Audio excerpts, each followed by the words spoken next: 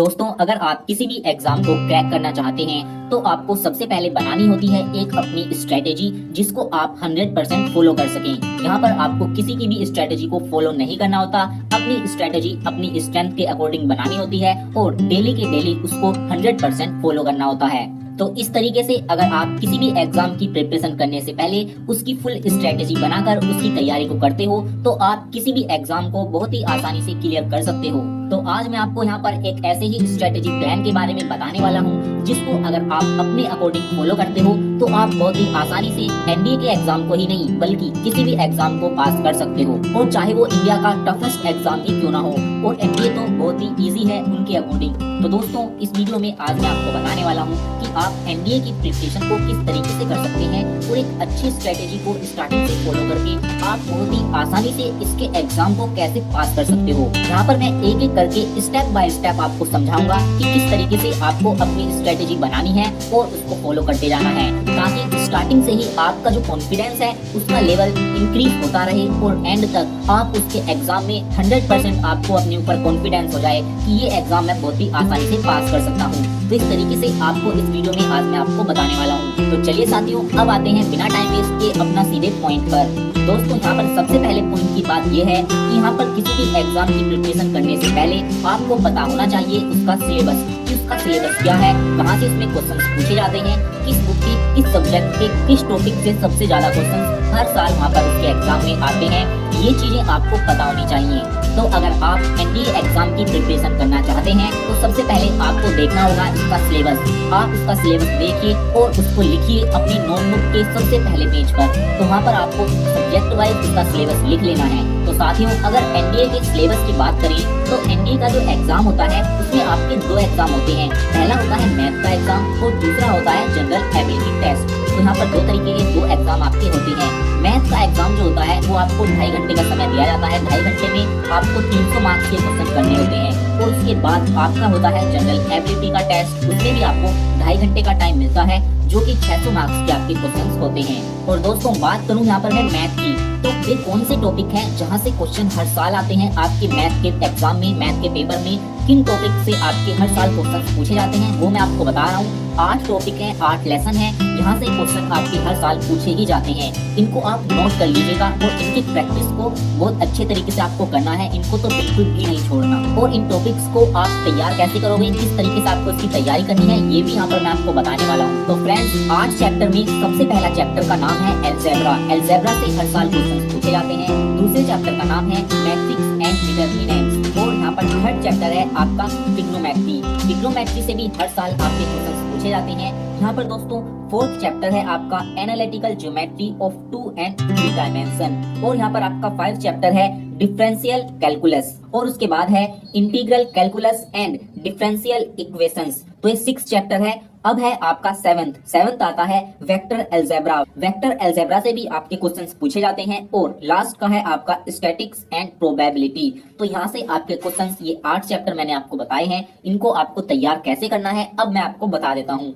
तो साथियों, इनको सबसे पहले आपको सीखना होगा। किसी भी सब्जेक्ट को अच्छे तरीके से पक्का करने के लिए हमें पहले उसको सीखना होता है। और मैथ का सबसे पहला रूल यही होता है कि आप एक चैप्टर को पकड़िए, उठाइए और उसको पहले सीखिए। जब आप उसको सीख जाएंगे अच्छी तरीके से, उसके बाद आपको प्रैक्टिस करनी होती है। और प्रैक्टिस के बाद फिर आपको मॉक टेस्ट लगाने होते हैं। तो ये 3 स्टेप आपके होते हैं। तो सबसे पहले आपको मैथ सीखना होगा। और यहाँ पर मैथ को आपको स्टार्टिंग से ही लेकर चलना है। बारीक से बारीक चीज आपको सीखनी है। बेसिक्स कॉन्सेप्ट्स आपको अपने क्लियर रखने हैं। इसीलिए आपको मैथ के एग्जाम के लिए ऐसा टीचर ढूंढना है जो कि एनडीए की तैयारी करवाता है मैथ की। और ये चीज आपको खुद ही ढूंढनी होगी कि ऐसा कौन सा टीचर है जो ऑनलाइन आपको एजुकेशन कर सकता है, ऑनलाइन आपके एनडीए के एग्जाम की प्रिपरेशन करवा सकता है मैथ की। तो बेस्ट टीचर आप खुद ही ढूंढो। तो इस चीज को आपको खुद ही सर्च करना होगा। और उसके लिए चाहे आपको कोर्स ही क्यों ना परचेज करना पड़े उस टीचर का, क्योंकि जो भी टीचर्स होते हैं पेड कोर्स वो आपको प्रोवाइड करवाते हैं। काफी टीचर्स हैं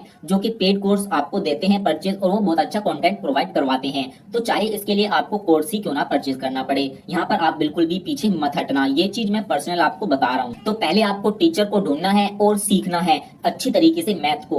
और मैथ को सीखने के बाद सेकंड नंबर आता है उसकी प्रैक्टिस।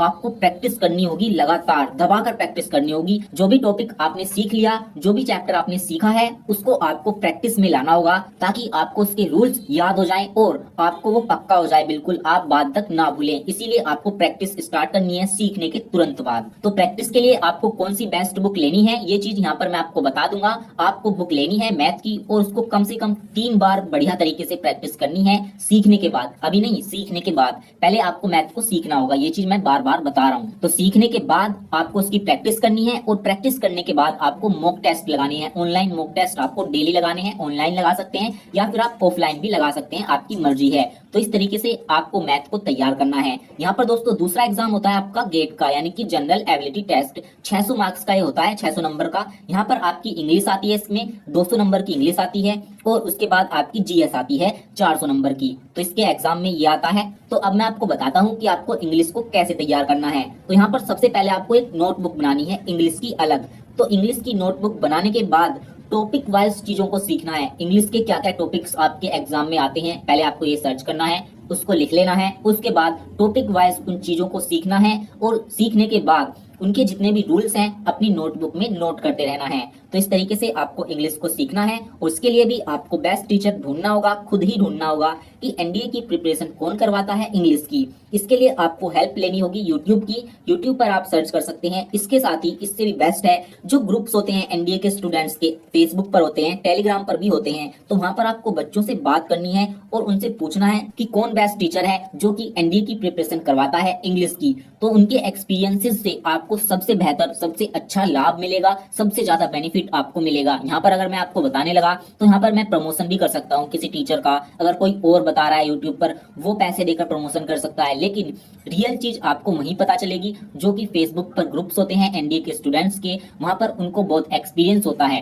तो इस तरीके से आपको अच्छे से यहाँ पर पता होना चाहिए। गलत जगह आपको बिल्कुल भी नहीं फंसना है, क्योंकि अगर आप गलत जगह फंस गए तो यहाँ पर आपकी पूरी लाइफ बेकार हो सकती है। और एनडीए में एज लिमिट भी बहुत ही कम होती है, ये चीज आपको पता ही होगा। इसीलिए आपको गलती नहीं करनी है, आपको स्टार्टिंग से ही अच्छी स्ट्रेटेजी बनाकर चलनी है, अच्छी बुक लेनी है, अच्छे टीचर का साथ लेना है ताकि आपको कोई भी दिक्कत ना हो सके। तो इस तरीके से आपको टीचर देखना है, आप खुद ही देख लीजिएगा, यहाँ पर मैं आपको नहीं बता रहा हूँ। तो इस तरह से आपको इंग्लिश सीखनी है, उनके रूल्स के नोट्स बनाने हैं और फिर डेली प्रैक्टिस करनी है। ये काम आपको इंग्लिश में करना है। और बात रही बुक की, तो एनडीए की बेस्ट बुक के बारे में मैं अलग से बता दूंगा आपको। 2-3 बुक बताऊंगा मैं, उनमें से केवल एक ही बुक आपको परचेज करनी है जो आपको बेस्ट लगती हो। तो इस तरीके से आपको वहां से प्रैक्टिस स्टार्ट करनी है सीखने के बाद। दोस्तों सबसे मेन होता है चीजों को सीखकर उनकी ज्यादा से ज्यादा प्रैक्टिस करना, ताकि वो रूल्स और कॉन्सेप्ट हमें बिल्कुल पक्के हो जाएं, हम उनको भूले ना। इसीलिए प्रैक्टिस पर आपको ज्यादा फोकस करना है। तो इंग्लिश और मैथ को सीखकर आपको इनकी ज्यादा से ज्यादा प्रैक्टिस करनी है। दोस्तों यहाँ पर अब बच जाता है जीएस। जीएस में आपकी फिजिक्स आती है, केमिस्ट्री आती है, बायो आती है और यहाँ पर आपके हिस्ट्री, ज्योग्राफी, यहाँ से क्वेश्चंस, करंट से क्वेश्चंस बनते हैं। तो इस तरीके से इस पोर्शन को आपको देखना है कि आपको कहाँ से पढ़ना है। आप करंट के लिए अपडेट रह सकते हैं, न्यूज़पेपर आप पढ़ सकते हैं। तो इस तरीके से आपको करंट की जो न्यूज है उस पर फोकस करना है। डेली करंट अफेयर्स की आप क्लास ले सकते हैं, जहां से भी आप लेना चाहते हैं, जहां से आपको बेस्ट लगता है। और फिजिक्स, केमिस्ट्री इनको आप सीख सकते हैं। तो ये तो आप कहीं से भी सीख सकते हैं जहां से भी एनडीए के टीचर आपको प्रोवाइड करवाते हैं। और इनकी बुक मैं आपको बता दूंगा अलग से कि आपको यहाँ पर जीएस की कौन सी बुक लेनी है, कौन सी बुक आपकी बेस्ट रहेगी। तो इसकी अलग से वीडियो मैं बना दूंगा। ये ज्यादा वीडियो वरना लंबी हो जाएगी, फिर ज्यादा लंबी वीडियो आप देखते नहीं हो। तो दोस्तों यहाँ पर मैंने बहुत ही अच्छी स्ट्रेटेजी आपको बताई है। पहले आपको अपना सिलेबस देखना है, उसको लिखना है टॉपिक वाइज, कहाँ से क्वेश्चंस बनते हैं। फिर बेस्ट टीचर देखना है कि बेस्ट टीचर इस सब्जेक्ट के लिए कौन सा है, और फिर उन टीचर से उनको सीखना है। और सीखने के बाद आपको तुरंत प्रैक्टिस स्टार्ट कर देनी है। और प्रैक्टिस करते हुए उसके बाद आपको मॉक टेस्ट लगाने हैं, ऑनलाइन या फिर ऑफलाइन। तो ये 4 चीजें आपको करनी है। अगर आप इस तरीके से अपनी प्रिपरेशन करते हो तो आपको एक मन में बहुत ही अच्छा कॉन्फिडेंस बिल्ड होगा, जो कि आपके एग्जाम को क्रैक करवाने के लिए बहुत ही जरूरी होता है। और आपके बेस्ट बुक की वीडियो और आपके मॉक टेस्ट की वीडियो और इसके साथ ही छोटी से छोटी जानकारी की वीडियो अपने चैनल पर हम बनाते रहेंगे। इसीलिए आप चैनल को सब्सक्राइब कर लेना। बिल्कुल सही समय पर ही आपको चीजें प्रोवाइड करवाई जाएंगी। और जैसे ही वैकेंसीज आती हैं एनडीए की कोई भी न्यूज आती है तो हम अपने चैनल पर सबसे पहले आपको प्रोवाइड करवाते हैं। इसीलिए दोस्तों चैनल को सब्सक्राइब कर लीजिएगा और वीडियो ये जानकारी आपको पसंद आई हो तो कम से कम एक लाइक तो जरूर कर दीजिएगा और वीडियो कैसी लगी हमें कमेंट करके जरूर बताना। और दोस्तों कोई सवाल या डाउट है तो आप हमें कमेंट में लिख सकते हैं। अगर आप हमसे पर्सनली पूछना चाहते हैं तो हमसे इंस्टाग्राम पर फॉलो करके वहां पर पूछ सकते हैं। इंस्टाग्राम का लिंक मैं वीडियो के डिस्क्रिप्शन बॉक्स में दे दूंगा। तो साथियों इस वीडियो में केवल इतना ही, फिर मिलेंगे एक नई वीडियो के साथ। तब तक के लिए नमस्कार, वंदे मातरम।